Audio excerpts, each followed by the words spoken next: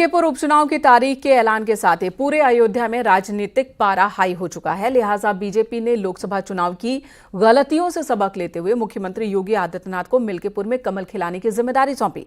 सूबे के सीएम योगी आदित्यनाथ का मिल्कीपुर में जादू चला और मिल्कीपुर विधानसभा सीट पर हुए उपचुनाव में बीजेपी की बम्पर जीत हुई।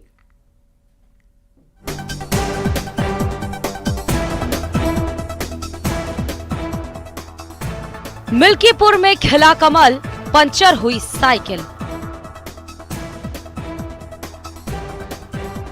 नाक की लड़ाई में बीजेपी की बम्पर जीत। मिल्कीपुर में चल गया योगी का जादू। अयोध्या जिले की मिल्कीपुर विधानसभा सीट पर हुए उपचुनाव में बीजेपी की बम्पर जीत हुई है और सूबे की सीएम योगी आदित्यनाथ का एक बार फिर जादू चल गया।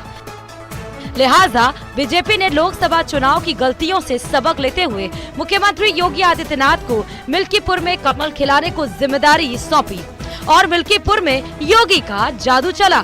मिल्कीपुर आरक्षित विधानसभा सीट पर बीजेपी प्रत्याशी चंद्रभान पासवान की बड़ी जीत हुई है। मिल्कीपुर उपचुनाव बीजेपी और मुख्य विपक्षी दल समाजवादी पार्टी के लिए नाक की लड़ाई बन चुका था। मिल्कीपुर सीट से वैसे तो 10 उम्मीदवार मैदान में हैं, लेकिन मुख्य मुकाबला बीजेपी के उम्मीदवार चंद्रभानु पासवान और समाजवादी पार्टी के प्रत्याशी अजीत प्रसाद के बीच ही देखने को मिला।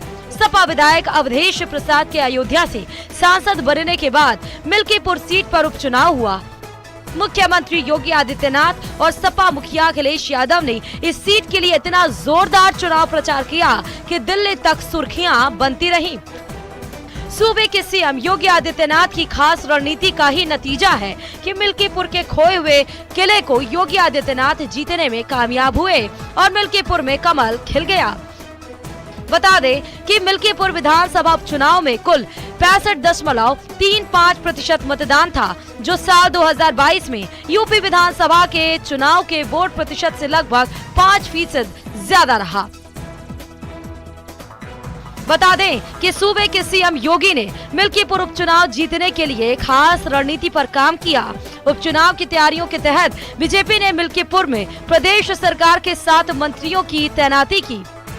योगी आदित्यनाथ ने दिसंबर महीने के 15 दिनों में 3 बार अयोध्या और मिल्कीपुर के दौरे किए। मिल्कीपुर में उपचुनाव की तैयारियों की समीक्षा बैठकें की। मिल्कीपुर उपचुनाव बीजेपी के लिए नाक की लड़ाई थी, इसलिए ही योगी ने इसे इतना गंभीरता से लिया। इसे इस बात से समझा जा सकता है कि नवंबर में 9 सीटों पर हुए उपचुनाव में हर सीट पर 3-3 मंत्रियों को उतारा था। वहीं मिल्कीपुर के लिए बीजेपी ने 7 मंत्रियों को उतारा। मिल्कीपुर में जनसभा को संबोधित करते हुए लगातार सूबे के सीएम सपा अध्यक्ष अखिलेश यादव पर निशाना साधते रहे।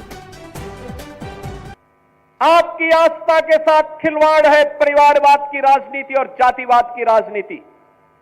ये जातिवाद की राजनीति वे लोग कर रहे हैं, ये परिवारवाद की राजनीति वे लोग कर रहे हैं जिन्होंने केवल और केवल अपने परिवार की चिंता की, जनता जनार्दन की चिंता नहीं की।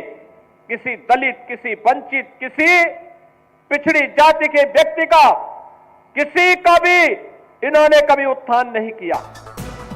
बता दें कि योगी आदित्यनाथ ने मिल्कीपुर उपचुनाव को राष्ट्रवाद और परिवारवाद के बीच की लड़ाई बताई थी। सपा प्रत्याशी अजीत प्रसाद को भूमाफिया तक कहा था। मिल्कीपुर उपचुनाव की तारीख के ऐलान के साथ ही पूरे अयोध्या में राजनीतिक पारा हाई हो गया था।